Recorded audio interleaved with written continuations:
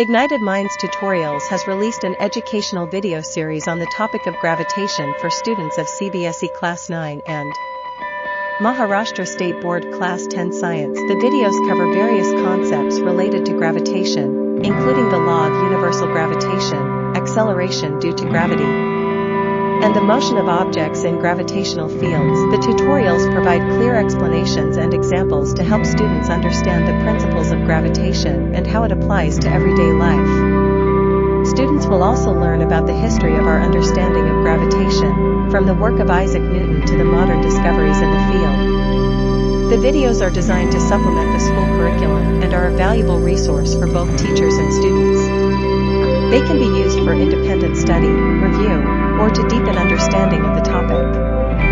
By providing this educational content, Ignited Minds Tutorials aims to ignite the passion for science in young minds and help students excel in their academic pursuits. The videos are presented in an engaging and accessible manner, making them suitable for all types of learners.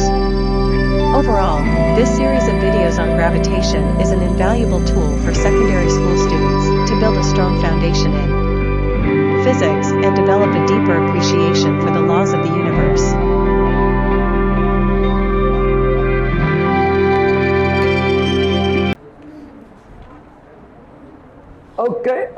Okay. अरे पहला side हो गया क्या भाई साहब?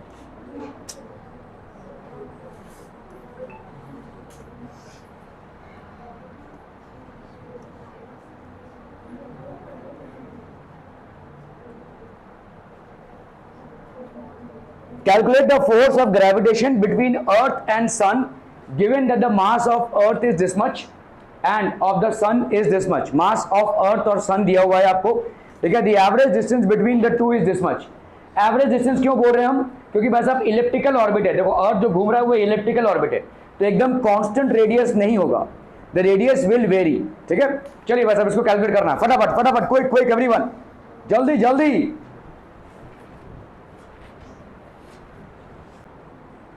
What is the magnitude of the gravitational force between the earth and a 1 kg object on its surface? ठीक है, अगर आप यहाँ पे कैलकुलेशन पे जाएंगे तो सवाल खिंच जाएगा. ठीक है, देखो हम यहाँ पे ये बोल सकते हैं फोर्स क्या हो जाएगा, G m mass of earth upon into mass of object upon r और रेडियस ऑफ अर्थ का स्क्वायर, ऐसा बोल सकते हैं, बोलो. ठीक है, अभी ये f क्या हो जाएगा भाई साहब, m into G mass of object, ये g m e mass of object upon r e का स्क्वायर. तो अगर हम इसको कैंसिल करते हैं भाई साहब, g की वैल्यू क्या आती है, g m e by r e का स्क्वायर.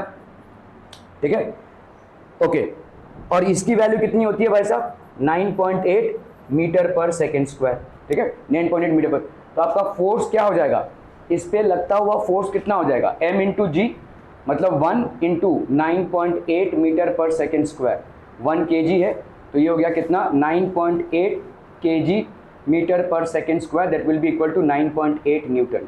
दिखाने को आप दिखा सकते हो कि भाई साहब g इज इक्वल टू कितना, 6.67 इंटू 10 रेज टू -11. फिर मास ऑफ अर्थ कितना है, 6 इंटू 10 रेज टू 24. फिर भाई साहब रेडियस ऑफ अर्थ कितना है, 6.4 इंटू 10 रेज टू 6 इसका स्क्वायर. ये सब तमाम ताम झाम करने के बाद आपका आंसर कितना आने वाला है, इतना ही ना. g की वैल्यू तो वही है, g की वैल्यू कितनी है, 9.8 मीटर पर सेकेंड स्क्वायर. तो आपका फोर्स कितना हो जाएगा, force will be equal to this. आपका देखो ये वाला पार्ट एक्चुअली में है क्या, g ही तो है. ये वाला पार्ट फोर्स क्या होगा, force will be equal to mass of the object into G M E by R का स्क्वायर विच इज g. तो ये मास ऑफ द ऑब्जेक्ट कितना है, 1 kg इंटू 9.8 मीटर पर second square. That will be equal to 9.8 newton. ठीक है, clear है. Are we clear on this one people? Okay. So आपका यहाँ पे given mass of the body, ये हो गया mass, radius of the earth. तो फोर्स कितना हो गया भाई साहब आपका 6 पॉइंट. तो आपका आंसर कितना आ जाएगा यहाँ पे भाई साहब, दिस विल बी 9.8 न्यूटन. देखो ठीक है, ये सब तमाम कैलकुलेशन में आप जाओगे तो आपका सवाल खिंच जाएगा. थोड़ा सा ब्रेन अप्लाई करना है इस सवाल में. ठीक है, फोर्स क्या होगा, force will be equal to आपका क्या हो जाएगा, force will be equal to G M mass of earth, mass of object upon radius of earth का स्क्वायर. और इतना पार्ट क्या होता है, लिखने को लिख दो, लेकिन इतना पार्ट होता क्या है, जी ही तो होती है। जी आपका क्या होता है, G M E by R E का स्क्वायर होता है, ठीक है। तो लिख, तो आपको ये मालूम है इसका वैल्यू कितना होता है, 9.8 मीटर पर सेकेंड स्क्वायर। इसको दिखाना नहीं है, इसको रफ में समझना है, ठीक है। तो आप क्या करोगे, फोर्स इज इक्वल टू वही लिखोगे 6.67 इंटू 10⁻⁻11। मास ऑफ अर्थ दिया हुआ है आपको कितना है, 6 इंटू 10⁻24। मास ऑफ ऑब्जेक्ट कितना हो जाएगा 1, ठीक है, अपॉन रेडियस ऑफ अर्थ का square, that is how much 6.4 into 10⁻6 इसका भाई साहब स्क्वायर। इस पूरे का जो आंसर आएगा वो कितना है आपको मालूम है, 9.8 है, ठीक है। और यहाँ पे है 1 kg, so this will be 9.8 metre पर second square into 1 kg, that will be 9.8 kg metre पर second square, that will be equal to 9.8 newton. ये हो जाएगा भाई साहब इसका वेट, ठीक है, क्लियर है। ऐसे करने जाओगे तो भाई साहब बहुत लंबा खिंच जाएगा सवाल। आपको दिखने में ये आसान लग रहा है, लेकिन the amount of calculations involved is huge. आपको मालूम है भाई साहब G M E by R E का स्क्वायर ये होता है, तो ये हो जाएगा, ठीक है, क्लियर है, क्लियर है, क्लियर है, ओके ओके ओके। चलिए भाई साहब इसको करना है, what why is the weight of an object on the moon 1/6 the weight of the अर्थ, ठीक है। अर्थ में किसी ऑब्जेक्ट का जो वेट है वो मून से 1/6 वेट है, ऐसा क्यों है, ठीक है। तो अपन क्या बोलेंगे भाई साहब, acceleration due to gravity on moon, ठीक है, acceleration due to gravity on moon is 1/6 of acceleration due to gravity on moon is actually 1/6 of the acceleration due to gravity on earth। तो इसीलिए अगर हमने दोनों को किससे मल्टीप्लाई कर दिया, मास से, तो ये mass into acceleration due to gravity on moon, ठीक है, ये हो गया मास इंटू 1/6 ऑफ जी ई, ठीक है। तो ये हो जाएगा आपका मास इंटू जी ई, और ये हो गया 1/6, ठीक है। ये आपका कितना हो गया, मास इंटू जी ई भाई साहब कितना हो गया, वेट ऑन अर्थ। ये हो गया भाई साहब weight on moon. So obvious सी बात हो गई, weight on moon is 1/6 the weight of earth, ठीक है। आपका acceleration due to gravity on moon is 1/6 of the acceleration due to gravity on earth. तो दोनों को आप मास से मल्टीप्लाई कर दो। यहाँ पे हो गया mass of the body into G of moon, acceleration due to gravity of moon. यहाँ पे mass of body into 1/6 of acceleration due to gravity on earth, ठीक है।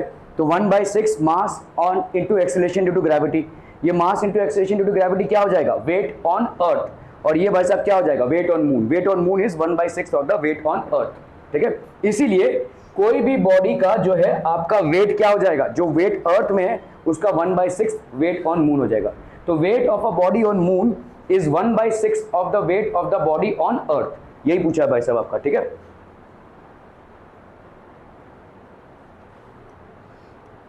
तो यहाँ पे क्या दिया हुआ है, देखो मास ऑफ अर्थ, ठीक है, मास ऑफ मून, ये सारा सब कुछ दिया हुआ है आपको दिया रहेगा सवाल में। रेडियस ऑफ अर्थ, तो आपको यहाँ पे ये प्रूव करना है। देखो मास ऑफ अर्थ कितना है, अप्रॉक्सीमेटली 6 इंटू 10⁻24 है। मास ऑफ मून ये दिया हुआ है आपको, ठीक है। रेडियस ऑफ अर्थ दिया हुआ है, रेडियस ऑफ मून दिया हुआ है। आपको ये प्रूव करना है कि weight of moon is 1/6 of the weight on earth. तो अभी भाई साहब वेट ऑन अर्थ, वेट क्या हो जाएगा, F G M M by R का स्क्वायर, ठीक है। तो अगर वेट ऑन मून निकालना है तो ये कितना हो जाएगा बोलो, this will be G mass of moon mass of body upon R का स्क्वायर, ठीक है। सो आपका भाई साहब यहाँ पे हो गया जी एम एम, ठीक है। तो मास फॉर अर्थ ये हो जाएगा डिवाइडिंग 1/2 अगर अपन करेंगे तो ये जी एम ये कैंसिल हो जाएगा। इसका मतलब क्या हो जाएगा, mass of moon upon R of M का स्क्वायर, और ये ऊपर चला जाएगा रेडियस ऑफ अर्थ का स्क्वायर अपॉन एम ई। तो अगर करते हैं इसको तो यहाँ पे mass of moon is this much, radius of earth is 6.4 into 10⁻6, ठीक है। और ये तो अगर इसको पूरा करेंगे तो अप्रॉक्सीमेटली 0.165 आ जाएगा, विच इज 1/6, ठीक है।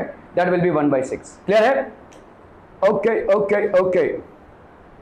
Gravitational force on the surface of moon is only 1/6 as strong as gravitational force on earth.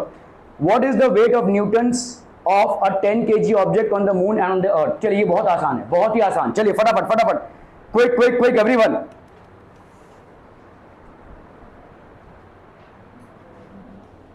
यहां पे सब कुछ दिया हुआ है आपको, सिर्फ वैल्यूज बढ़ाने हैं, सवाल करना है।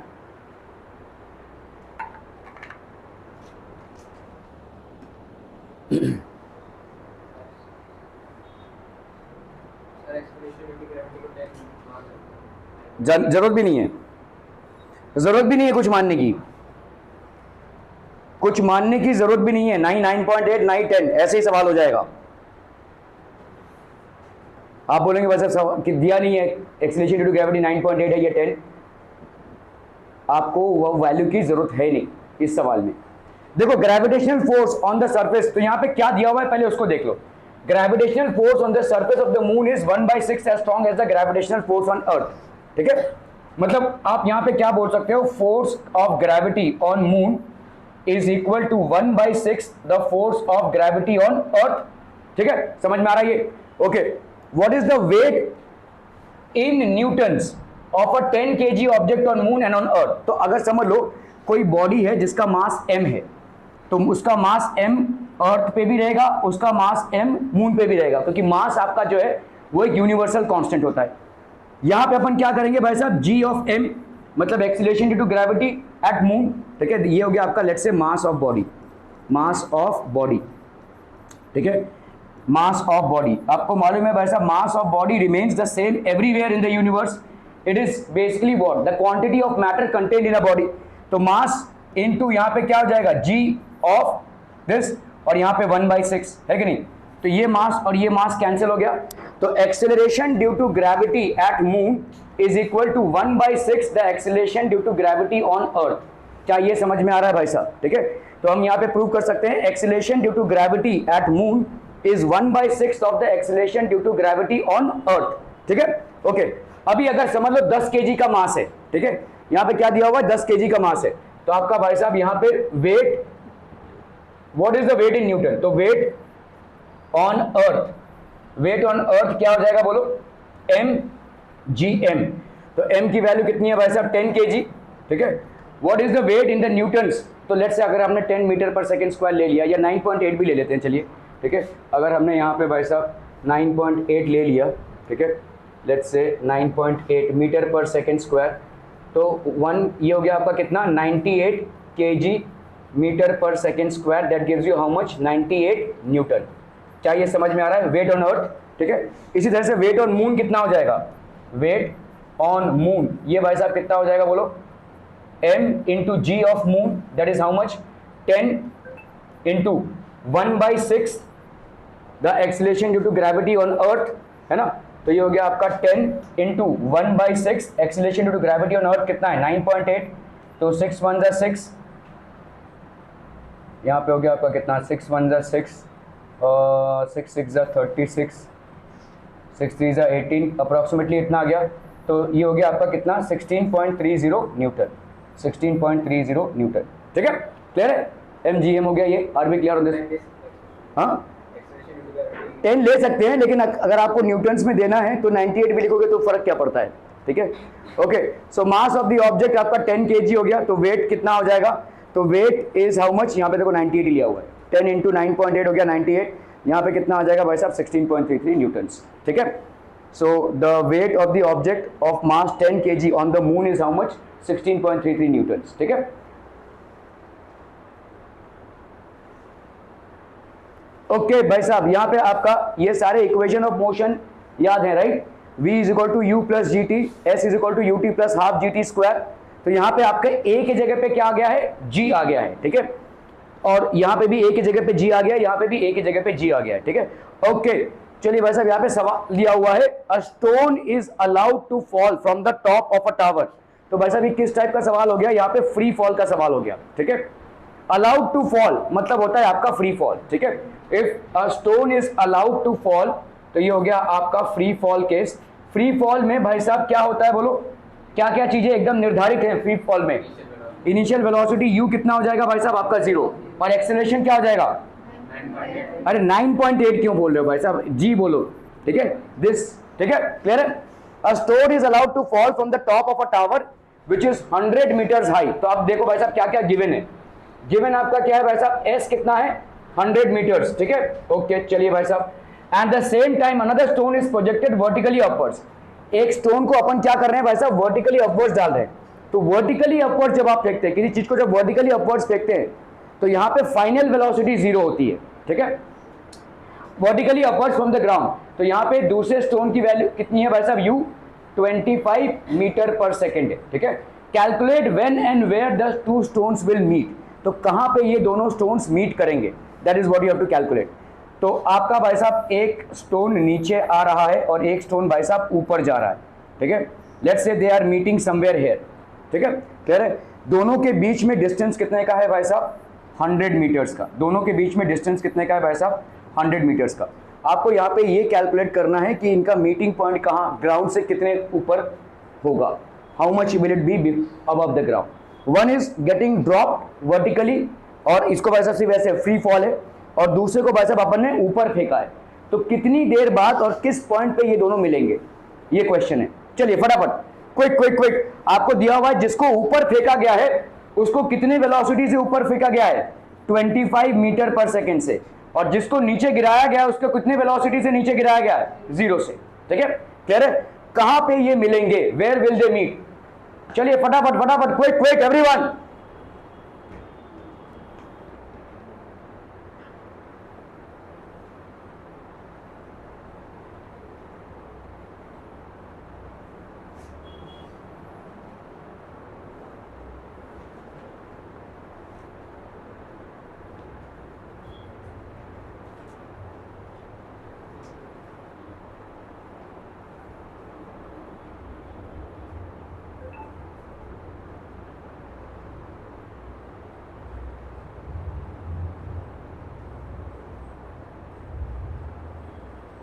देखो यहां पे अपन कैसे बोल सकते हैं, let them meet after time T, ठीक है।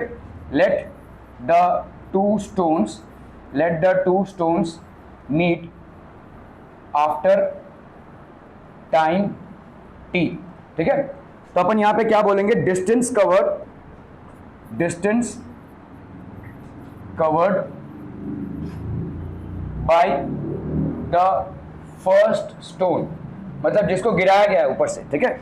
इसका कितना हो जाएगा बोलो? S is equal to U T plus half G T का स्क्वायर। तो लेट्स से अपन ने लिखा यहाँ पे S1, ये डिस्टेंस कवर हो गया, ठीक है, is equal to you T. यहाँ पे u की वैल्यू कितनी है? 0, तो ये तो 0 हो गई भाई साहब, half G let's say T का स्क्वायर। क्या ये समझ में आ रहा है ये? तो ये हो गया इसका S1, ठीक है। क्लियर है? इसी टाइम टी में, ठीक है, let the two stones meet after time T, इसी टाइम टी में इसने कितना डिस्टेंस कवर कर लिया होगा? What is the distance that it has covered? बोलिए भाई साहब, इसका क्या हो जाएगा? Distance covered by the second stone, distance covered by the second stone, S2 is equal to U T minus half G T का स्क्वायर होगा भाई साहब। क्यों बता सकते हैं? क्योंकि इधर u है और g इधर है, तो when a body is thrown vertically upwards, ठीक है, आपका equation of motion s is equal to U T plus half G T square नहीं होगा, s is equal to U T minus half G T square होगा। क्या ये समझ में आ रहा है भाई साहब? ठीक है, ओके। तो अपन अगर भाई साहब इसको देखते हैं, इन दोनों को ऐड कर सकते हैं अपन। देखो S1 ये हो गया इक्वेशन 1, S2 भाई साहब यहां से ये आया चल के कितना? S1, ये ऊपर गया कितना? S2, और S1 प्लस S2 कितना हो जाएगा? 100 हो जाएगा। क्या ये समझ में आ रहा है? एडिंग 1 and 2, ठीक है, एडिंग 1 and 2 बहुत ही सिंपल सा सवाल था, लेकिन प्रॉब्लम ये कि हम सोचे का है। एडिंग 1 and 2 कितना हो जाएगा बोलो? S1 प्लस S2 बच्चा बाड़ी कितना हो जाएगा? 100 है कि नहीं? यही तो डिस्टेंस है दोनों के बीच में। क्लियर है? ये दोनों बीच में मिल रहे हैं ना कहीं पे, ये दोनों डिस्टेंस को अगर हम ऐड करेंगे तो कितना हो जाएगा? 100। तो S1 की वैल्यू कितनी हो गई? हाफ जी टी का स्क्वायर। S2 की वैल्यू कितनी हो गई? U T minus half G T का स्क्वायर इज इक्वल टू 100। ये वाला हाफ जी टी का स्क्वायर और ये वाला हाफ जी टी का स्क्वायर कैंसिल हो जाएगा, ये प्लस में है ये माइनस में है, तो कितना बचा आपका? U T is equal to 100। अभी यू की वैल्यू यहाँ पे कितनी है भाई साहब? ये वाला यू देखो, ये वाला यू है 25 वाला, ठीक है, जो ऊपर प्रोजेक्ट किया गया है। मतलब ये वाला यू क्या है? यू डैश लिख लो, चाहे तो यू डैश लिख लो इसको, ताकि कंफ्यूजन ना हो, ठीक है। ये यू 0 नहीं है, ये यू ऊपर वाला 0 है, ये वाला यू डैश है। तो this will be 25 into t is equal to 100। तो आपका भाई साहब देयरफॉर टी की वैल्यू कितनी हो जाएगी? 4, है कि नहीं? 100 बाई 25 दैट इज 4 सेकेंड्स। अभी आप किसी को भी यूज कर लो, इसको या इसको, ठीक है। अगर आप इसको यूज करते हो, S1 डिस्टेंस कितना हो जाएगा बोलो? S1 क्योंकि ज्यादा आसान है, is equal to half g into t का स्क्वायर, हाफ इंटू यहाँ पे आपका लेट से 9.8 है, टी का स्क्वायर मतलब कितना हो गया? 16, तो ये हो गया 4.9। तो 16 इंटू 49 9 6 54, 9 1 9 प्लस 5 14, ठीक है।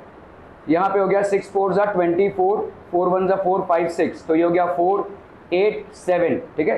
अप्रॉक्सीमेटली कितना हो गया 78.4। तो ये वाला डिस्टेंस आपका कितना हो गया बोलो 78.4। अगर आपको ग्राउंड से हाइट चाहिए तो क्या करेंगे 100 माइनस 78.4 कर दो भाई साहब, ठीक है। कितना हो जाएगा ये, दिस विल बी 4 + 6 10, 9 से 8 गया 1, 9 से 7 गया 2, 21.6 मीटर अबव ग्राउंड, ठीक है। तो ये कहाँ पे मिलेंगे भाई साहब 21.6 metre above the ground. Clear है? Are we clear on this one people? हम समझ में आ रहा है ये? सो यहाँ पे देखो 0 मीटर पर सेकेंड से ऊपर से फेंका गया है, दोनों के बीच में डिस्टेंस कितना है 100। इधर u की वैल्यू कितनी है 25 मीटर पर सेकेंड, ठीक है। इधर u की वैल्यू है 25 मीटर पर सेकेंड, 100 मीटर का डिस्टेंस है। अगर इसको अपन ने x माना तो इसको अपन 100 माइनस x मान सकते हैं। थोड़ा सा ये लॉन्ग मेथड हो जाएगा, मैं आपको शॉर्ट मेथड में जो मैंने बताया वो शॉर्ट मेथड है बेसिकली, ठीक है। तो डिस्प्लेसमेंट भाई साहब 100 मीटर, टाइम तो s is equal to ut plus half gt square. Suppose they meet at x height, ठीक है। तो अगर x हाइट पे ये मीट कर रहे हैं, ठीक है, तो आपका भाई साहब यहाँ पे ये थोड़ा सा लंबा मेथड हो गया, ठीक है। ये इसको इतना बड़ा करने की कोई जरूरत नहीं, आपका टाइम देखिए वही आएगा 4 सेकेंड्स, ठीक है। द सेम टाइम आप इतना सब कुछ भाई साहब वैल्यूज लिखने की भी जरूरत नहीं है, आप इसका टाइम और इसका टाइम सीधा सीधा कैलकुलेट कर सकते हैं, जैसे मैंने बताया आपको 4 सेकेंड्स। एक बार टाइम का कैलकुलेशन हो गया तो अपन क्या करेंगे भाई साहब, फ्रॉम इक्वेशन 1 x की वैल्यू कितनी हो गई भाई साहब 80 मीटर्स आ रहा है। यार 80 मीटर्स कैसे आ रहा है ये, हाफ इंटू, अच्छा यहाँ पे 10 लिया है मैंने, 9.8 लिया था इसलिए मेरा 78.4 आया था, ठीक है। यहाँ पे 9.8 लिया था तो इसकी वैल्यू आई थी 78.4। अगर आपने g का वैल्यू 10 ले लिया है, यहाँ पे दिया नहीं हुआ है, ठीक है, g का वैल्यू 10 ले लिया है तो आपका वैल्यू आ गया 80, ठीक है। So the two stones meet at a height of 20 metre above the earth. Clear है? Are we clear on this one people? Okay okay okay, चलिए भाई साहब इसको करना है फटाफट फटाफट, क्विक क्विक।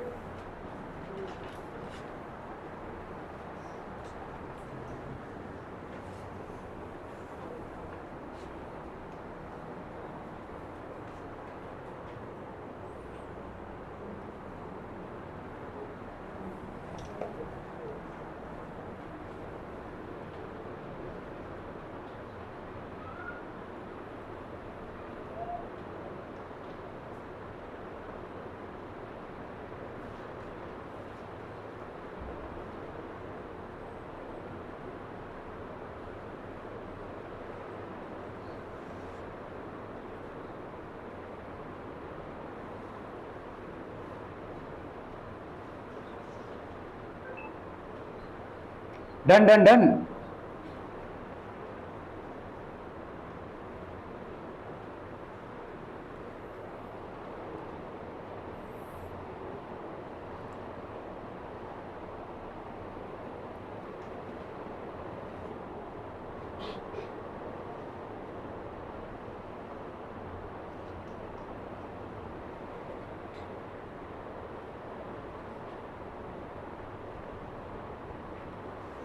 जल्दी करना है भाई साहब। Okay, a ball is thrown vertically upwards, returns to a thrower after 6 seconds. एक बॉल को ऊपर फेंका गया है और वो नीचे आया after 6 seconds. Find the velocity with which it was thrown up, ठीक है। कितने वेलोसिटी से इसको थ्रो अप किया गया है। हमेशा याद रखना किसी भी बॉडी का जितना टाइम ऊपर जाने में लगता है उतना ही टाइम नीचे आने में लगता है, ठीक है। सो लेट्स से हम यहाँ पे बोलते हैं अगर let time taken to go up, let time taken to go up be t seconds. So therefore time taken to come down, time taken to come down ये कितना हो जाएगा भाई साहब t seconds, ठीक है। क्लियर है? ओके, टोटल टाइम कितना है भाई साहब 6 सेकेंड्स का, ठीक है। इस वाले पे अगर ऊपर वाले के मोशन पे, if the motion is like this, यहाँ पे ऊपर वाले पे बताइए यहाँ पे क्या हो जाएगा जब ऊपर जा रहा है, ठीक है। लेट्स से ये u वेलोसिटी से थ्रो किया गया है, ठीक है। Find the velocity, let the velocity with which, let the velocity with which it's thrown up be u, ठीक है। क्लियर है? फाइनल वेलोसिटी कितनी हो जाएगी, कहां हैं आप, ठीक है। फाइनल वेलोसिटी भाई साहब कितनी हो जाएगी यहाँ पे 0। तो v की वैल्यू कितनी हो जाएगी for upward direction of motion में नहीं, v की वैल्यू क्या होगी, u प्लस ए टी होता है, तो यहाँ पे क्या लिखेंगे बोलो, हाँ नहीं, अरे यार यहाँ पे समझो, ये v is equal to you plus a t होता है। जब आप किसी चीज को ऊपर फेंक रहे हैं तो ये u हुआ, लेकिन g तो आपके इस डायरेक्शन में है ना, दोनों ऑपोजिट डायरेक्शंस में है, तो ये क्या हो जाएगा, माइनस जी टी। ठीक है, v की वैल्यू क्या हो गई, 0 फॉर अपवर्ड डायरेक्शन। ठीक है, फॉर अपवर्ड मूवमेंट के लिए भाई साहब आप क्या बोल सकते हैं, v is equal to u minus g t. तो v की वैल्यू कितनी हो गई, 0, u माइनस जी टी, तो u की वैल्यू क्या हो गई, जी टी। तो आपका भाई साहब t कितना हो गया, t this will be equal to u by G, लिख सकते हैं बोलो, u बाई जी। ओके, अभी जब ऊपर से नीचे आ रहा है तो मुझे बताओ क्या क्या बोल सकते हैं आप, फॉर डाउनवर्ड मूवमेंट बोलो भाई साहब क्या हो जाएगा, फॉर डाउनवर्ड मूवमेंट। यहाँ पे u की वैल्यू क्या हो जाएगी, 0, इनिशियल वेलोसिटी की वैल्यू हो जाएगी आपकी 0, क्योंकि ये फ्री फॉल का केस बन रहा है। ठीक है, ओके, इनिशियल वेलोसिटी हो गई भाई साहब आपकी 0। और क्या बोल सकते हैं भाई साहब फाइनल वेलोसिटी के बारे में, या अगर आप s ले लें, ठीक है, फाइंड द वेलोसिटी बॉल, बस यहाँ पे टाइम की वैल्यू दी हुई है ना, तो यहाँ से आप u की वैल्यू निकाल सकते हैं बेसिकली। ठीक है, यहाँ से निकल जाएगा ना आपका, देखो 6 सेकंड, मतलब यहाँ पे ये कितना हो जाएगा, 3 सेकंड्स का हो जाएगा भाई साहब। देखो टोटल कितना है 6, तो t की वैल्यू कितनी हो गई भाई साहब 3, तो 3 is equal to u upon G. ठीक है, तो u अपॉन जी अगर 10 हुआ तो u की वैल्यू कितनी हो जाएगी, देयरफॉर u की वैल्यू हो गई कितनी, 30 मीटर पर सेकंड, यहाँ से निकल जाएगा भाई साहब। ठीक है, क्लियर है। आपने क्या कॉन्सेप्ट यहाँ पे अप्लाई किया है, the time taken by a ball to go up will be equal to the time taken by the ball to come down. Any body to go up and any body to come down, the time taken is same. यहाँ पे total time taken कितना है भाई साहब 6 seconds है, जिसका मतलब time taken to go up is how much, 3 seconds. इस पे आते हैं भाई साहब v is equal to u minus g t, final velocity आपकी कितनी हो जाएगी 0, u की वैल्यू आपको नहीं मालूम है, माइनस जी टी आप क्यों लिख रहे हैं, क्योंकि u इधर है और g इधर है, तो इसीलिए दोनों ऑपोजिट डायरेक्शंस में है। तो ये हो गया u की वैल्यू, इसका मतलब जी टी की वैल्यू, t की वैल्यू क्या हो जाएगी भाई साहब u बाई जी, या आप यहाँ पे सीधा लिख सकते हैं u की वैल्यू क्या हो जाएगी g इंटू टी, तो g की वैल्यू कितनी आई भाई साहब 10, और अगर ये 3 है तो ये हो जाएगा 30। अगर g की वैल्यू 9.8 है तो 9.8 इंटू 3 दैट इज 8 3 24, 9 3 27, 28 29.4 हो जाएगा। ठीक है, क्लियर है, ओके ओके ओके। सो अगर भाई साहब गिवन टाइम ऑफ एसेंट, तो ये हमेशा याद रखना, इसको चाहे तो लिख लो, time of ascent is equal to time of descent. When a body is thrown up, the time that it takes to go to the topmost position is known as the time of ascent, and the time that it takes to actually come down from the topmost position to its original position in the ground, that is known as the time of descent. तो time of ascent और time of descent आपका क्या है भाई साहब, बराबर है। ठीक है, ओके, तो अपन क्या बोल सकते हैं यहाँ पे, this is equal to 6/2 that is 3 seconds, मतलब ऊपर जाने का टाइम कितना है 3 सेकंड, और उतना ही टाइम आपके नीचे आने का है। अभी ऊपर जाने के मोशन में आपको पूछा है इनिशियल वेलोसिटी क्या है, यहाँ पे आपका क्या हो जाएगा, for upward motion of the ball final velocity की वैल्यू कितनी हो जाएगी भाई साहब 0। ठीक है, t की वैल्यू कितनी है 3 सेकंड्स, अगर g की वैल्यू लेंगे तो वो माइनस में आ जाएगी, माइनस 9.8, तो आपका भाई साहब u माइनस जी टी, तो आपका कितना हो गया देखिए 29.4। This will be the initial velocity with which the body is throne upwards. So the ball was thrown with a velocity of 29.4 metre पर सेकेंड। क्लियर है, ओके ओके ओके। चलिए भाई साहब इसको करना है फटाफट फटाफट, क्विकर क्विकेस्ट, जल्दी जल्दी जल्दी।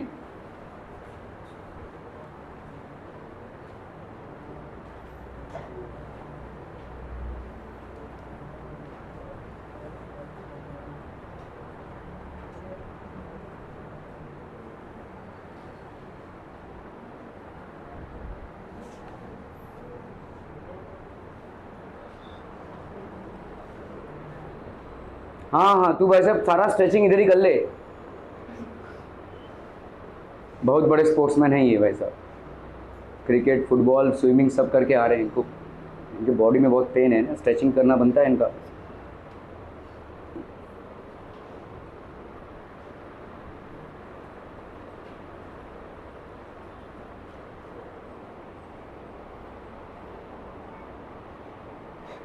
हो गया भाई साहब, चंद मिनटों का सवाल है, इतना टाइम लग रहा है तो मतलब आप सवाल का चुरमुरा बना डाला है आपने, सड़ गया है सवाल, फिर सड़ा डाला तुम लोगों ने सवाल को। किसी का हुआ क्या? It should not take that much of time.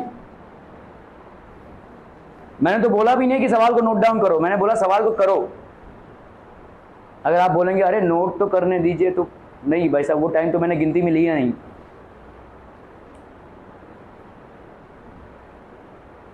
नहीं नहीं, सड़ा डाला भाई साहब आप लोगों ने। सड़ गया पूरा सड़ गया। शह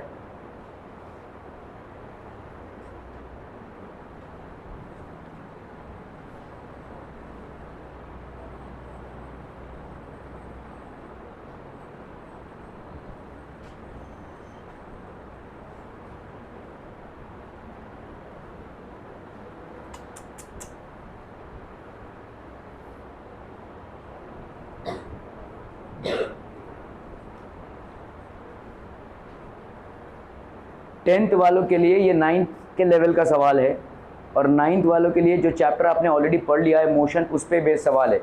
आपका ग्रेविटेशन से यहाँ पे कुछ भी कॉन्सेप्ट रिलेटेड नहीं है। आप आराम से इस सवाल को फ्री फॉलिंग बॉडी से कर सकते हो। आप बोलोगे अभी तो चैप्टर पढ़ा, बाबा इतना सवाल कैसे लगाएंगे? ऐसा कुछ भी ग्रेविटेशन से कोरिलेटेड कुछ भी नहीं है इसमें, फ्री फॉलिंग से है, जो आप भली भांति दोनों भी पढ़ चुके हो। ठीक है, okay. A boy drops a coin from the top of a building, तो this is a case of what? Free fall है भाई साहब। ड्रॉप कर रहा है ये कॉइन को, फ्री फॉल है भाई साहब। बिल्डिंग का हाइट कितना है? 49 मीटर। तो कितना डिस्टेंस ट्रैवल किया होगा भाई साहब? 49 मीटर। जो चीजें गिवन दिवन उनको लिखो ना भाई साहब, तभी तो तुम कहीं पे पहुंच पाओगे। अगर आप भाई साहब गिवन लिख रहे हो ना, तो आप इक्वेशंस को कोरिलेट कर पाओगे। 49 मीटर हो गया। Find the velocity with which it strikes the ground, तो आपका एक्सीलरेशन कितना है भाई साहब? जी की वैल्यू कितनी है भाई साहब? 9.8 मीटर पर सेकेंड स्क्वायर। और यहाँ पे क्या है देखो, आपका वेलोसिटी और एक्सीलरेशन ड्यू टू ग्रेविटी दोनों ही सेम डायरेक्शन में है। तो आपका इक्वेशन ऑफ मोशन क्या बनता है भाई साहब? v is equal to you plus ji t. आपसे यहाँ पे क्या पूछा है? v की वैल्यू पूछी है। ये g प्लस में क्यों आएगा? क्योंकि जिस तरफ आपकी वेलोसिटी उसी तरफ आपका एक्सीलरेशन ड्यू टू ग्रेविटी। सिर्फ हमेशा याद रखना, अगर वेलोसिटी एक डायरेक्शन में है और एक्सीलरेशन ड्यू टू ग्रेविटी दूसरे डायरेक्शन में है, तो ही जाकर आप माइनस जी लेंगे, otherwise you will always take as plus G. तो v is equal to you plus ji T हो गया भाई साहब। ठीक है, तो फाइनल वेलोसिटी, अभी u की वैल्यू क्या है? यहाँ पे 0 है, फ्री फॉल है, तो u की वैल्यू कितनी हो गई? 0। तो v is equal to G T. G की वैल्यू कितनी है भाई साहब? 9.8। ठीक है, t की वैल्यू हमको नहीं मालूम, तो हमारे लिए दो अननोन क्वांटिटीज हो जाती है यहाँ पे, तो इसीलिए अपने को t की वैल्यू निकालनी है। अभी t की वैल्यू कैसे निकालेंगे? तो आप देखो, ये वाला इक्वेशन जो आपने चूज किया है, शायद ये गलत है, शायद ये गलत है, क्योंकि यहाँ पे दो अननोन क्वांटिटीज हैं। आपका v एक अननोन क्वांटिटी है, और भाई साहब दूसरा अननोन क्वांटिटी क्या है भाई साहब? t। तो this is not the equation that you should be choosing. दूसरा क्या है भाई साहब? आपका s is equal to U T plus half G T square है। ठीक है, यहाँ पे भाई साहब ये तो 0 हो जाएगा। अपन देखते हैं, s मालूम है, s is known to us, g मालूम है, तो इससे आपकी t की वैल्यू निकल जाएगी। ठीक है, लेकिन हमको t नहीं निकालना है, हमको बेसिकली क्या निकालना है? v। तो अपन इसको यूज तो कर सकते हैं, क्योंकि यहाँ पे एक अननोन क्वांटिटी है, एक ही अननोन क्वांटिटी है। तीसरे इक्वेशन पे जाकर चेक करेंगे, v square is equal to u square plus 2gs। ये तो भाई साहब 0 हो गया। ठीक है, v square, v is not known to us, g is known to us and s is known to us, so can we use this equation? Yes. और इससे डायरेक्टली आपको वेलोसिटी मिल रहा है। ठीक है, हालांकि इस इक्वेशन को भी आप यूज कर सकते हैं, लेकिन इससे आपको डायरेक्टली t की वैल्यू मिलेगी, जो फिलहाल यहाँ पे रिक्वायर्ड नहीं है। यहाँ पे अपने को क्या चाहिए? v चाहिए, तो अपन इस इक्वेशन को यूज करेंगे। ठीक है, तो v square is equal to 2gs। तो ये हो गया भाई साहब आपका 9.8 इंटू भाई साहब कितना? 49। ठीक है, 49 कितना हो जाएगा भाई साहब? ये 9.8 इंटू, अरे बाप रे, 9.8 इंटू भाई साहब 49 into 2, that is 98। v square की वैल्यू आ गई। चलिए भाई साहब, v स्क्वायर को अपन क्या लिख सकते हैं यहाँ पे? 98 इंटू 98/10, ऐसा लिख सकते हैं क्या? ठीक है, तो v की वैल्यू कितनी हो जाएगी भाई साहब? 98 square by 10। So this will be how much? This will be equal to 98/√10, जिसको अपन क्या लिख सकते हैं? √10 इंटू √10 कर दो, तो यहाँ पे कितना हो जाएगा? इसको अगर हम करते हैं तो this will be how much? 98/10 √10। So this will be 9.8 √10। अभी √10 को कैसे निकालेंगे भाई साहब? स्क्वायर रूट निकालना आता है। 9.8 इंटू √10, ये हो गया आपका 10, ठीक है। यहाँ पे हम डालेंगे 0 0, इधर से काउंटिंग इधर से काउंटिंग, ये हो गया आपका कितना 2 2 ज़ा 4, 3 3 ज़ा 9, तो यहाँ पे कितना बचा 1.00, तो आपका हो गया यहाँ पे क्या 6, ठीक है। 61 61 1 1 1 61 हो गया भाई साहब आपका यहाँ पे 9 + 1 10, 9 से 6 गया भाई साहब हो गया आपका 3, ठीक है। 3900 हो गया ये। 31 का कितना हो गया 62, ठीक है। 6 2 5 × 5, 5 5 ज़ा 25, 5 2 ज़ा 10, 11 12, 6 5 ज़ा 30, 31, 6 2 6 × 6 कर लो भाई साहब, 6 6 ज़ा 36, 2 6 ज़ा 12, 13 14 15, 6 6 ज़ा 36, 37 38, तो आपका अप्रॉक्सीमेटली 3.16 आ गया। तो 9.8 × 3.16 ये आ जाएगा आपका आंसर, ठीक है। तो आपका भाई साहब यहाँ से एक बॉल को ड्रॉप किया गया है, ठीक है। This ball has been drop, displacement कितना है आपका 49 मीटर्स, ठीक है। This is basically 49 metres. Initial velocity आपकी कितनी है भाई साहब 0, ठीक है। किसी भी फ्री फॉलिंग बॉडी की इनिशियल वेलोसिटी हमेशा क्या होगी 0। डिस्प्लेसमेंट आपका भाई साहब 49 मीटर्स है। एक्सेलरेशन ड्यू टू ग्रेविटी कितना दिया हुआ है 9.8 मीटर पर सेकेंड स्क्वायर। आपको यहाँ पे फाइनल वेलोसिटी की रिक्वायरमेंट है। फाइनल वेलोसिटी अगर हम देखेंगे v² = u² + 2gs, तो ये हो गया 2 × 9.8, तो ये हो गया आपका 961। आप अगर इसको कैलकुलेट करोगे यू विल गेट अप्रॉक्सीमेटली कितना 31 मीटर पर सेकेंड। समझ में आ रहा है? देखो ये इसको अगर हम मल्टीप्लाई करते हैं तो 961 आता है। 961 का अंडर रूट अगर निकालेंगे which is approximately what 31। Clear है? 961 का अंडर रूट कैसे निकालेंगे बताइए? किसी को यहाँ पे अंडर रूट निकालना आता है? मैं बोल रहा हूँ ना 95% लोगों को नहीं आता है यहाँ पे, ठीक है। आप अगर 961 लिख रहे हो तो यहाँ पे 961.00 ऐसे लिखे हुए, इधर से आप पहले पेयरिंग करोगे तो इसका तो पेयर नहीं बनेगा, तो यहाँ पे क्या हो जाएगा बोलो 3 3 ज़ा 9, यहाँ पे कितना हो गया 61, यहाँ पे क्या लिखोगे भाई साहब 3 का डबल हो गया 1, 3 का डबल हो गया 6 1, तो ये हो गया आपका 61। तो आपका कितना आ गया भाई साहब under root of 961 is directly 31 पर मीटर पर सेकेंड, ठीक है। क्लियर है? ओके ओके ओके, चलिए भाई साहब जल्दी करना है फटाफट फटाफट। यहाँ पे जी की वैल्यू दी हुई है और ये g = 9.8 मीटर पर सेकेंड स्क्वायर ना यहाँ पे आपको माइनस में दिया हुआ है। जनरली सवाल पे आपको प्लस में ही दिया रहेगा, ठीक है, क्योंकि जब आप ऊपर थ्रो करते हैं तो आपका माइनस में लेना पड़ता है, इसीलिए वहां पे माइनस दिया हुआ है। अदरवाइज आपको सवालों में ज्यादा करके g = 9.8 मीटर पर सेकेंड स्क्वायर ऐसा ही दिया रहेगा, ठीक है। A ball is thrown vertically upwards with a velocity of 49 metre पर सेकेंड। बच्चा पार्टी भाई साहब यहाँ पे वेलोसिटी कितनी है? इनिशियल वेलोसिटी 49 मीटर पर सेकेंड, ऐसा लिख सकते हैं भाई साहब, ठीक है। वर्टिकली अपवर्ड थ्रो किया है। Maximum height to which it rises, कितना भाई साहब आपका मैक्सिमम हाइट होगा जहां पे ये राइज करेगा, ठीक है। कैसे कैलकुलेट करेंगे भाई साहब इसको? देखो आपके पास 3 फॉर्मूले हैं, v = u, ठीक है, प्लस gt, ठीक है। यहां पे आपका क्या हो जाएगा माइनस हो जाएगा, देखो, ठीक है। और क्या हो जाएगा s = ut minus half gt² और v² = u² - 2gs, ठीक है। ये आपके वर्टिकली अपवर्ड्स जाने के इक्वेशंस ऑफ मोशन है, क्योंकि जब भी आप किसी बॉडी को वर्टिकली अपवर्ड्स थ्रो करते हो तो u और g दोनों ऑपोजिट डायरेक्शंस में है, तो आपका g नेगेटिव हो जाएगा, ठीक है, g आपका नेगेटिव हो जाएगा। ये आपके इक्वेशन ऑफ मोशन हो जाएंगे। आपको यहाँ पे क्या क्या दिया हुआ है देखो, with a velocity maximum height पे, भाई साहब मैक्सिमम हाइट पे क्या होता है v आपका कितना हो जाएगा फाइनल वेलोसिटी। ये भाई साहब बॉल जा रहा है ढिपक नीचे आएगा, ठीक है। तो जब यहां तक गया तो ये क्या हो गया v 0 हो गया, तभी तो वो नीचे आ रहा है ना भाई साहब। तो फाइनल वेलोसिटी मैक्सिमम हाइट पे क्या हो जाएगी 0।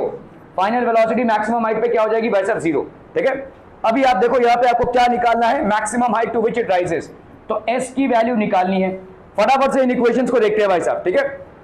यहाँ पे v = u - gt है, v मालूम है known to us, right, u मालूम है known to us, g is known to us, t is not known to us.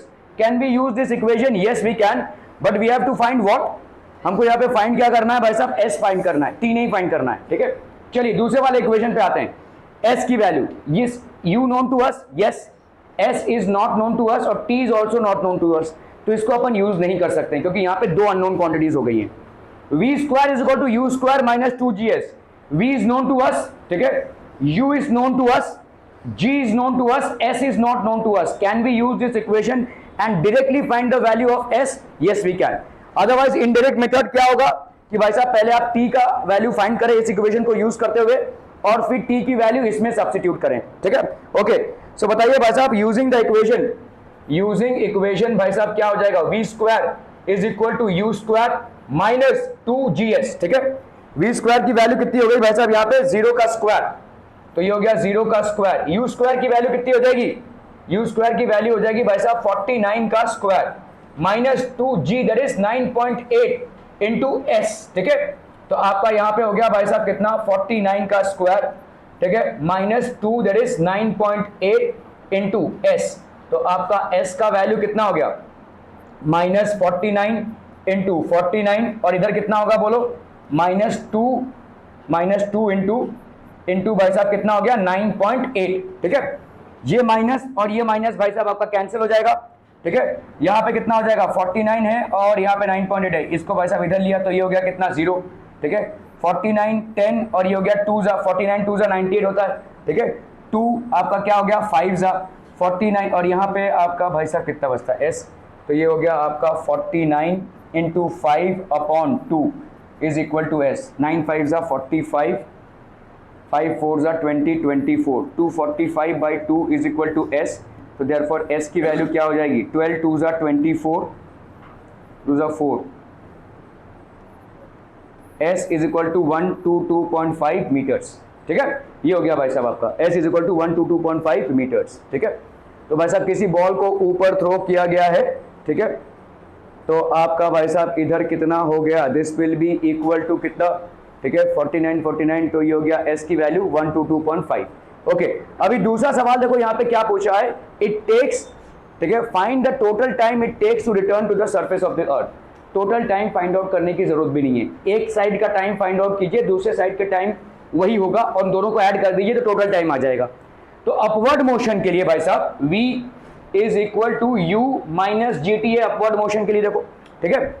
हमको v की वैल्यू मालूम है 0 है, u की वैल्यू मालूम है, ठीक है 49 मीटर पर सेकेंड, g की वैल्यू मालूम है, t की वैल्यू मालूम नहीं है, तो t की वैल्यू निकाल सकते हैं इससे। चलिए भाई साहब, तो यहाँ पे क्या हो जाएगा v is equal to 0 at top most position, u की वैल्यू कितनी है बोलो 49 माइनस g की वैल्यू कितनी है भाई साहब 9.8 इंटू टी, तो यहाँ पे हो गया आपका minus 49 is equal to minus 9.8 into t, तो t की वैल्यू कितनी हो जाएगी माइनस 49 बाई माइनस 9.8, तो आपका भाई साहब यहाँ पे माइनस माइनस कैंसिल, 9.8 इधर लिया और ये 0 हो गया, 49 10 जा भाई साहब 49 2 जा, तो ये हो गया 2 इंटू 5, तो t की वैल्यू कितनी हो गई भाई साहब 5, तो जावन का 5 और आवन का भी कितना हो जाएगा भाई साहब 5, तो टोटल टाइम कितना हो जाएगा 5 + 5 दैट इज 10, ये हो जाएगा आपका टोटल टाइम, ठीक है।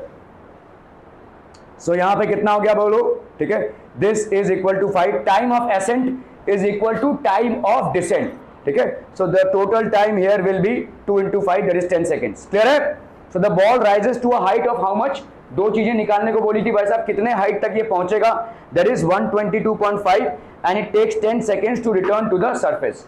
Are we absolutely clear on this one people? हम बहुत बहुत बड़ी हम भाई साहब। चलिए भाई साहब यहाँ पे फटाफट करना है। A stone is released from the top of a tower of height 19.6 meters. Calculate its final velocity just before touching the ground. फटाफट फटाफट quick.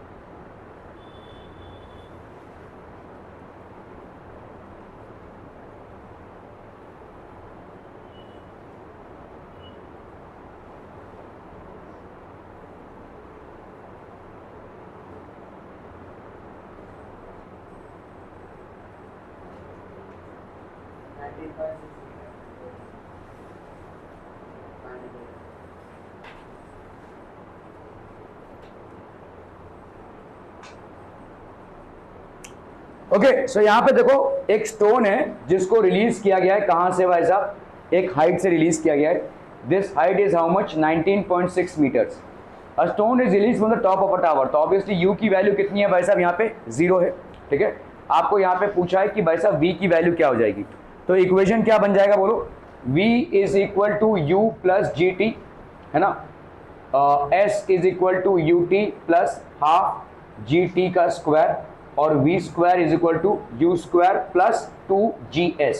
ठीक है, v is equal to you plus ji t. अभी यहाँ पे देखो हमको चाहिए क्या, यहाँ पे s की वैल्यू चाहिए. ठीक है, नहीं s की नहीं, फाइनल वेलोसिटी की वैल्यू चाहिए. अपने को भाई साहब फाइनल वेलोसिटी नहीं मालूम है, इनिशियल वेलोसिटी आपको मालूम है 0 है, g और t, लेकिन t नहीं मालूम है. दो चीजें हैं, इसको अपन यूज नहीं कर सकते. s is equal to you t. अभी यहाँ पे देखो s की वैल्यू मालूम है, u की वैल्यू मालूम है, लेकिन t की वैल्यू मालूम नहीं है. लेकिन इससे हम इसको इक्वेशन को तो यूज कर सकते हैं, लेकिन इससे जो वैल्यू आएगी वो t की वैल्यू आएगी, और फिलहाल t की वैल्यू जरूरत नहीं है, हमको v की वैल्यू चाहिए. यहाँ पे आते हैं, देखो v की वैल्यू हमको नहीं मालूम है, u की वैल्यू मालूम है, g की वैल्यू मालूम है, s की वैल्यू मालूम है. तो डायरेक्टली अगर हम इसको यूज करते हैं, we will get to know the velocity. यहाँ पे आपका वेलोसिटी आ जाएगा. ठीक है, चलिए v square is equal to u square plus 2gs. तो v स्क्वायर की वैल्यू कितनी हो गई भाई साहब, नहीं मालूम. u स्क्वायर की वैल्यू कितनी हो जाएगी, 0 का स्क्वायर, क्योंकि आपका फ्री फॉलिंग है, रिलीज है, मतलब फ्री फॉलिंग है, तो u की वैल्यू कितनी है, 0 प्लस 2 इंटू जी. जी की वैल्यू यहाँ पे कितनी है, 9.8, और यहाँ पे कितना है भाई साहब, 19.6. 9.8 इंटू 2 होता है 19.6. तो 19.6 इंटू 19.6 ये हो गया v स्क्वायर की वैल्यू. सो देयरफॉर v की वैल्यू क्या हो जाएगी, अंडर रूट ऑफ 19.6 का square, which will give you how much, 19.6. इसके साथ आपको यूनिट लगाना है वेलोसिटी का, विच इज मीटर पर सेकेंड. हो गया भाई साहब सवाल. So the final velocity of the body, और rather the stone when it touches the ground is 19.6 metre पर सेकेंड. ठीक है, that will be the final velocity. तो इनिशियल वेलोसिटी 0, डिस्प्लेसमेंट, तो आपका भाई साहब यहाँ पे हो गया the final velocity just before touching the ground is 19.6 metre पर सेकेंड. क्लियर है, okay okay okay. A stone is thrown vertically upwards with an initial velocity of 40 meter per second. ठीक है, taking g is equal to 10 meter per second square. Find the maximum height reached by the stone. तो कितना maximum height वो reach करेगा, what is the net displacement and the total distance covered by the stone. चलिए फटाफट करना है इसको भाई साहब, क्विक क्विक.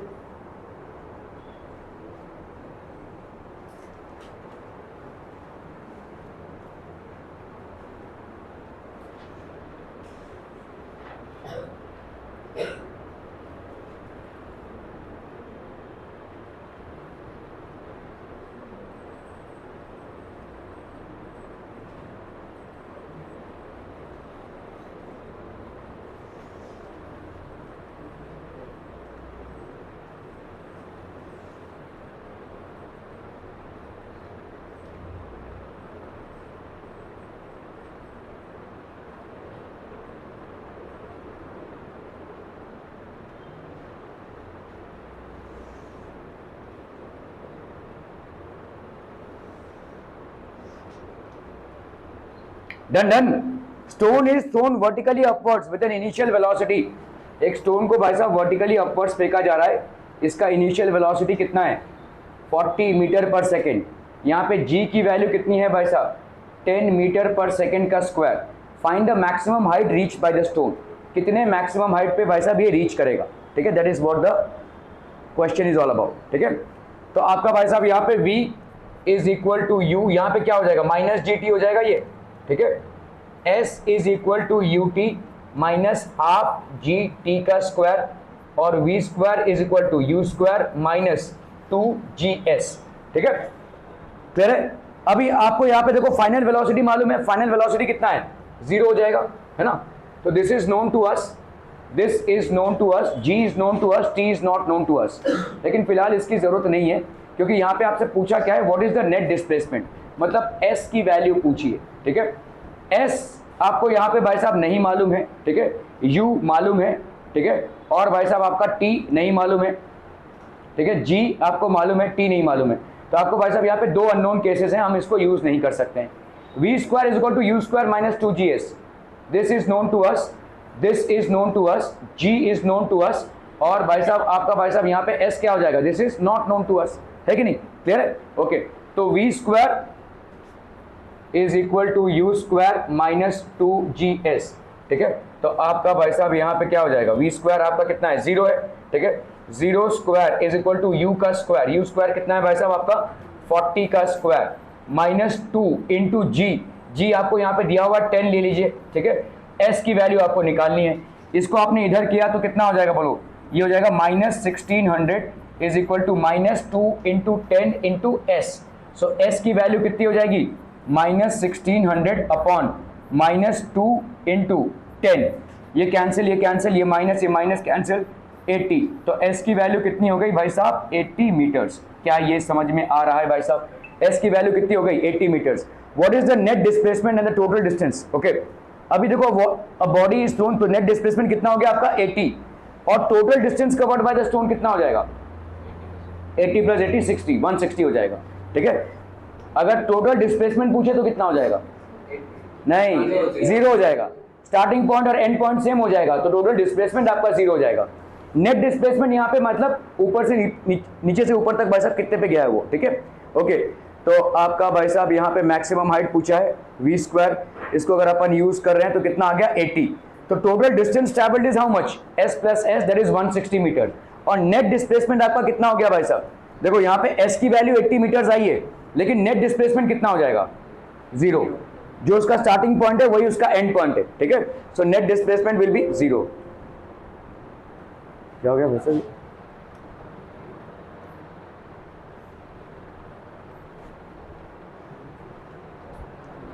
एक मिनट, क्या योगदान है, तो एक्चुअली में अगर आप देखोगे न्यूटन का जो लॉ है, ठीक है, न्यूटन का जो लॉ है which is what F is equal to G m1 m2 upon r का स्क्वायर, ये न्यूटन का law.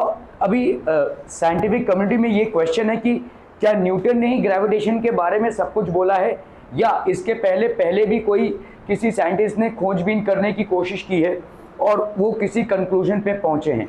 So the answer is yes, there was an experiment और rather a prediction made by Kepler and he studied this before Newton, ठीक है। और कुछ हद तक हम ये बोल सकते हैं कि जो न्यूटन का जो इनवर्स स्क्वायर लॉ है, इनवर्स स्क्वायर लॉ बच्चा पार्टी किस में होता है, देखिए आपके जो फोर्सेज होते हैं वो 2 टाइप के होते हैं, ठीक है। योर फोर्सेस जो हमारे नेचर में हैं वो 2 टाइप के होते हैं, एक फोर्स हो गया आपका कांटेक्ट और एक हो गया आपका नॉन कांटेक्ट, ठीक है। कांटेक्ट फोर्सेस जो होते हैं, ठीक है, और दूसरे होते हैं आपके नॉन कांटेक्ट फोर्सेस। अगर हम कांटेक्ट फोर्सेस की बात करें तो वो तमाम फोर्सेस हैं जिनमें बॉडीज के बीच में कुछ ना कुछ कांटेक्ट हो रहा है। फॉर एग्जांपल पुश हो गया एक कांटेक्ट फोर्स, पुल हो गया एक कांटेक्ट फोर्स, ठीक है। अगर आप देखोगे फ्रिक्शन भी एक कांटेक्ट फोर्स है। ये तमाम, हाँ, मस्कुलर फोर्स, आप अपने मसल से किसी बॉडी को मूव करा रहे हैं या खुद को भी अगर मूव करा रहे हैं तो मस्कुलर फोर्स जो है वो भी आपका क्या हो जाएगा, all these are basically what, contact forces. मतलब बॉडीज में कांटेक्ट होना जरूरी है। मैं कितना भी छू मंतर मारूं तो बस अब ये टूल हिलने वाला है क्या, नहीं, until unless I actually involve my muscles in order to move this, ठीक है। सो ये आपके हो गए contact forces. Non contact forces क्या होंगे भाई साहब, ठीक है, तो आपके जिसमें जो बॉडीज में कांटेक्ट नहीं हो रहा है लेकिन फिर भी फोर्स एग्जिस्ट कर रहा है, ठीक है। तो आप में इसमें आता है इलेक्ट्रोस्टैटिक फोर्स, मतलब समझ लो ये प्लस है और ये माइनस है, ठीक है। इन दोनों में एक फोर्स ऑफ अट्रैक्शन होगा, प्लस और प्लस में फोर्स ऑफ रिपल्शन होगा, माइनस और माइनस में फोर्स ऑफ रिपल्शन होगा, ठीक है।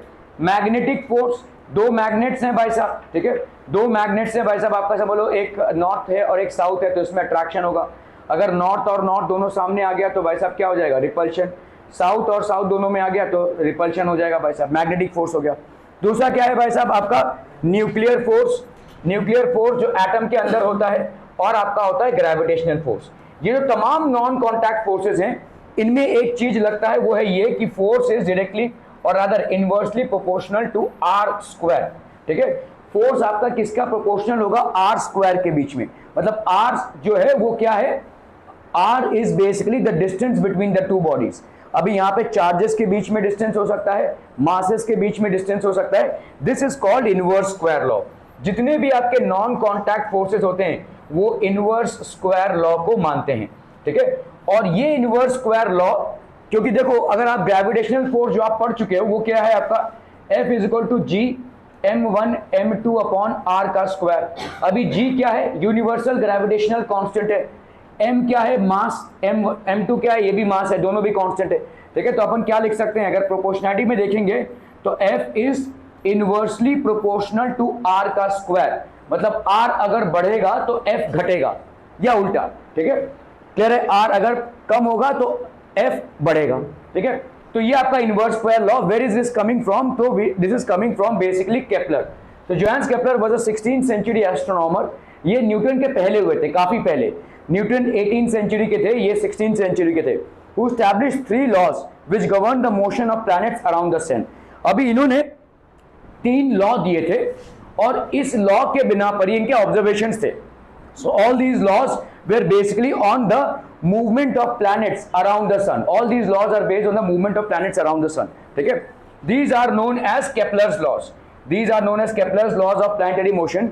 The same laws also describe the motion of satellites. तो आपके आर्टिफिशियल सैटेलाइट्स हो या नेचुरल सैटेलाइट्स हो, ये भी इसी लॉ पे चलते हैं। ठीक है, so the laws which are applicable for movement of planetary bodies around the sun or the laws which are applicable for movement of satellites around the planets are the same.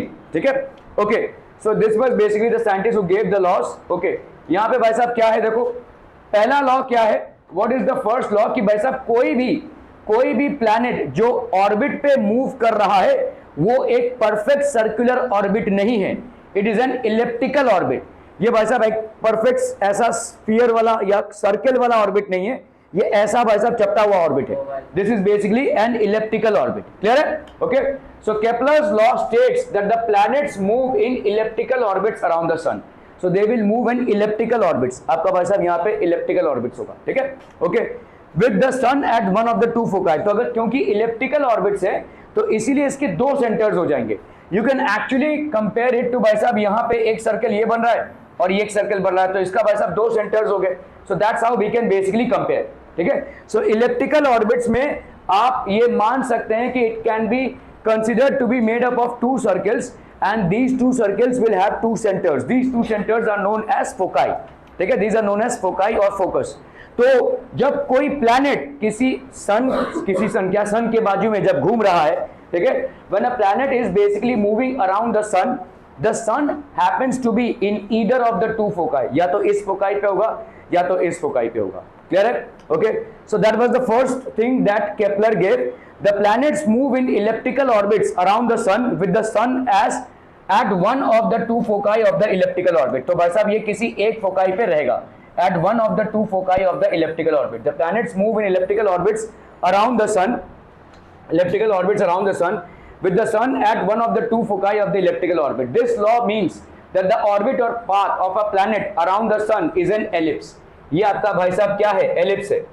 This is an ellipse or elliptical orbit. ठीक है, and does not exactly a circle. ये एक circle नहीं होगा, ये एक ellipse होगा। ठीक है, an elliptical path has 2 foci.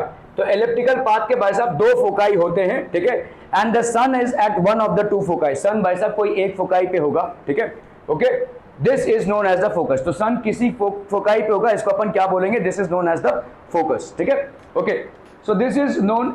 तो अगर समझ लो कोई प्लैनेट है जो मूव कर रहा है तो सन यहाँ पे भी हो सकता है या यहाँ पे भी हो सकता है। ठीक है, अगर यहाँ पे देखो ये प्लैनेट है, ये आपका एरिया है जो स्वीप कर रहा है, ये आपका एरिया है जो स्वीप कर रहा है, ये इलिप्टिकल ऑर्बिट है। ठीक है, क्लियर है, ओके।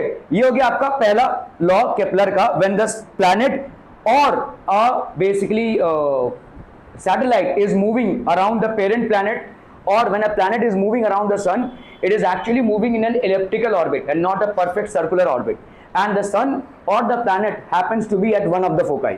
ठीक है, क्लियर है। एक बहुत कॉमन सी बात है, देखो जब आप सन से दूर होते हो, समझ लो ये अर्थ है, तो आपको यहाँ पे ठंडी या का मौसम होगा। ठीक है, जब आप सन के बहुत पास होते हो तब आपका भाई साहब गर्मी का मौसम होगा। ठीक है, क्लियर है, okay. So what is the second law of Kepler? Kepler's second law states that each planet revolves around the sun in such a way that the line joining the planet to the sun sweeps equal areas in equal intervals of time. ठीक है, अभी समझो इस बात को कि अगर ये प्लैनेट है जो ए डैश से बी डैश पे गया है, ठीक है, equal areas in equal intervals of time, और समझ लो ये ए डैश से बी डैश पे जाने के लिए इसको टाइम कितना लगा, टी।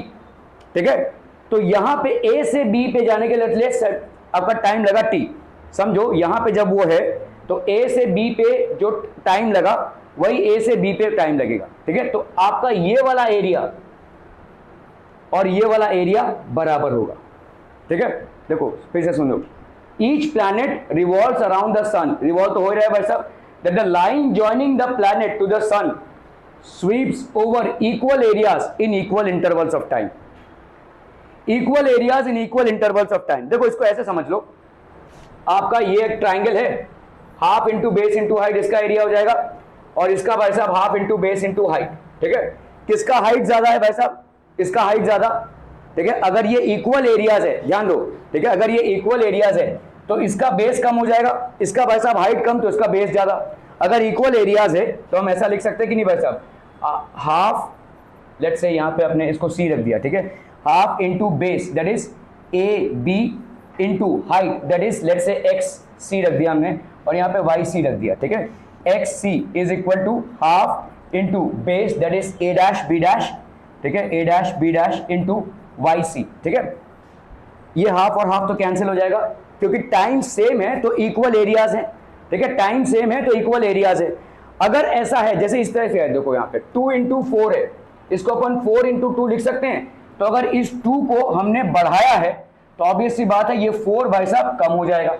अगर अपन ने ए बी, मतलब ए बी देखो क्या है, इससे बड़ा है, ए बी भाई साहब इस ए डैश बी डैश से बड़ा है, तो ऑब्वियसली भाई साहब सी क्या हो जाएगा, सी ये वाले, सॉरी आपका भाई साहब एक्स सी जो है, ठीक है, और ये वाई सी है, इन दोनों में से वाई सी बड़ा हो जाएगा। अगर इन दोनों में से ये वाला बड़ा है, ठीक है, अगर ये वाला बड़ा है तो ऑब्वियसली ये वाला छोटा हो जाएगा। जैसे आपका यहाँ पे 4, अगर ये 2 मान लें तो ये वाला 2 इंटू 4 हो जाएगा भाई साहब, that is how it is, ठीक है। तो इसका मतलब क्या हुआ कि अगर किसी प्लैनेट का इलिप्टिकल ऑर्बिट में सन के आजू बाजू घूमना होता है तो सेम टाइम पे, ठीक है, सेम टाइम पे इक्वल एरिया स्वीप होंगे। तो इसका मतलब क्या होगा भाई साहब, ये वाला जो है सेम टाइम, ये इक्वल एरिया, देखो इसके इक्वल अगर मेरे को यहाँ पे एरिया चाहिए तो इसका मतलब क्या हो जाएगा, ये बेस ज्यादा होना चाहिए। तो इसका मतलब क्या हो जाएगा, जब ये यहाँ पे होगा तो इसका स्पीड ज्यादा होगा। क्यों? क्योंकि भाई साहब यहाँ पे ये यहाँ से यहाँ तक पहुंचा in time T, this distance A dash B dash, यहाँ पे ये भाई साहब ए से बी पे पहुंचा, this distance is covered in the same amount of time, तो इसका स्पीड ज्यादा हो गया। सो हम इससे क्या इन्फर कर सकते हैं कि when the planet is closer to the sun the speed of revolution increases, आपका स्पीड ऑफ रेवोल्यूशन बढ़ जाएगा, ठीक है। सो ये आपका केपलर का लॉ है, ठीक है, this is basically Kepler's law. Each planet revolves around the sun in such a way, इस तरह से रेवोल्यूशन होता है that the line joining the planet to the sun sweeps over equal areas in equal intervals of time. तो sweep कर रहा है equal areas in equal intervals of time. We know that a planet moves around the sun in an elliptical orbit with the sun at one of its focus. Now, since the line joining the planet and the sun sweeps equal areas in equal intervals of time, it means that a planet moves faster when it is closer to the sun and moves slowly when it is further away from the sun. तो obvious सी बात है भाई साहब, जब planet closer to the sun होगा तो उसका speed ज़्यादा होगा than when it is away from the sun. ठीक है? क्या ये समझ में आ रहा है? देखो सिंपल सी बात है, यहाँ पे इन दोनों ट्राइंगल्स का एरिया अगर बराबर है तो half into base into height of one triangle will be equal to half into base into height of other triangle. जिस ट्राइंगल का हाइट ज्यादा होगा उसका बेस कम होगा, जिस ट्राइंगल का हाइट कम होगा उसका बेस ज्यादा होगा। तो किसका बेस ज्यादा हो गया? इस ट्राइंगल का बेस ज्यादा हो गया। अगर इस ट्राइंगल का बेस ज्यादा हो गया तो इसका आर्क लेंथ ज्यादा हो गया, मतलब ये जो ए बी है ये इससे ज्यादा हो गया। तो इसका मतलब क्या होगा, सेम टाइम टी पे ये ज्यादा डिस्टेंस कवर कर रहा है, ठीक है, ये कम डिस्टेंस कवर कर रहा है। सिंपल लॉजिक लगाओ, हम बोल रहे हैं कि सेम टाइम टी पे जो एरिया कवर होता है वो इक्वल है। केपलर भाई साहब ने ये बोला कि while the planet is moving around the sun, the area covered in the same time is same. It sweeps same area in the same time. तो भाई साहब यहाँ पे ये वाला एरिया और ये वाला एरिया अगर अपने को बराबर करना है, half into base into height of this area is equal to half into base into height of this area. Obviously, if the height is less, if the height is more, base will be less. Height is less, then base will be more. अगर base ज्यादा है तो इसका मतलब क्या हो रहा है, इस टाइम टी पे ये ए डैश से बी डैश पे जा रहा है, इस टाइम टी पे ये ए से बी पे जा रहा है, मतलब ये वाला आपका ज्यादा डिस्टेंस कवर हो रहा है। So when the planet is closer to the sun it is sweeping a larger area, larger area नहीं बोल सकते, it is covering more distance. So if it is covering more distance, then the speed of the planet when it is closer to the sun increases. ये speed इसका भाई साहब बढ़ जाएगा. तो इसके लिए हम क्या बोल सकते हैं कि स्पीड आपका कांस्टेंट नहीं होता है. ठीक है, when a planet is moving around the sun, the speed is not constant. ठीक है, क्लियर है? Okay okay okay. And when it moves away from the sun, it moves slowly. ठीक है, okay. So planet P is moving in an elliptical orbit. तो आपका भाई साहब यहाँ पे क्या हो जाएगा, planet does not move with constant speed around the sun. तो कोई भी प्लैनेट जब सन के आजू बाजू मूव कर रहा है तो वो कांस्टेंट स्पीड से मूव नहीं कर रहा है. The speed is greater when the planet is nearer the sun and less when the planet is further away from the sun. ठीक है, are we clear on this one people? Okay okay okay. अभी Kepler का आता है भाई साहब third law. इन्होंने बोला कि the cube of the mean distance of a planet from the sun. Mean distance क्यों बोल रहे हैं? क्योंकि डिस्टेंस वेरी कर रहा है भाई साहब. ध्यान से देखो, क्या distance from the sun of a planet is constant? No, somewhere it is more, somewhere it is less. ठीक है, so the mean distance of a planet from the sun, ठीक है, mean distance of a planet from the sun, ठीक है, the cube of the mean distance of planet is directly proportional to the square of the time it takes to move around the sun. ठीक है, तो आप यहां पे क्या बोल सकते हैं भाई साहब, mean distance is directly proportional to the square of the time it takes. ये हो गया आपका मीन डिस्टेंस. मीन डिस्टेंस कैसे निकालोगे? कैसे मीन डिस्टेंस निकालोगे भाई साहब? ये सारे डिस्टेंसेस को ना, ये वाला ये वाला ये वाला, ऑल दिस डिस्टेंसेस को ऐड कर लो और जितनी बार ऐड करोगे उसको डिवाइड कर दो भाई साहब. Let's say you have added it n number of times, तो इन सारे डिस्टेंसेस का टोटल लो और उसको डिवाइड कर दो n के साथ. तो ये हो गया आपका एवरेज डिस्टेंस. ठीक है, जैसे आप अपने मार्क्स में करते हो, मैथ्स में इतना मिला, फिजिक्स में इतना मिला, केमिस्ट्री में इतना मिला, तो आप क्या करोगे, सारे मार्क्स को ऐड करके डिवाइडेड बाय 3 और 4 व्हाटएवर इज एप्लीकेबल. ठीक है, तो यहाँ पे क्या हो जाएगा भाई साहब, आपका the mean distance r cube, the cube of the mean distance is directly proportional to the square of the time it takes to move around the sun. मतलब r cube is directly proportional to t का square. r cube is directly proportional to t का square. एक चक्कर मारने में जो time जाता है उसको अपन कैपिटल T बोलते हैं. ठीक है, और r cube क्या है भाई साहब, आपका मीन डिस्टेंस. ठीक है, ये केपलर ने बोला कि r cube is directly proportional to t का square. तो जब प्रोपोर्शनैलिटी को हटाते हैं तो अपन क्या लगाते हैं, कांस्टेंट लगा देते हैं. r cube is equal to constant into t का square. r cube by t का स्क्वायर क्या हो जाएगा भाई साहब, एक कांस्टेंट हो गया. r cube by t का square is becoming a constant. ठीक है, this becomes a constant where r is mean distance of the planet from the sun and t is the time period of the planet around the sun. ठीक है, दो Kepler gave the laws of planetary motion but he could not give, इसको उसने explain नहीं किया. ठीक है, तो आपका भाई साहब ये उसका था, r cube by t square आपका कांस्टेंट होता है. ठीक है, तो केपलर के थर्ड वाले लॉ पे भाई साहब आपका ये थोड़ा सा लेंदी हो जाएगा. ठीक है, कल इसको डिस्कस करेंगे अपन. Thank you so much for your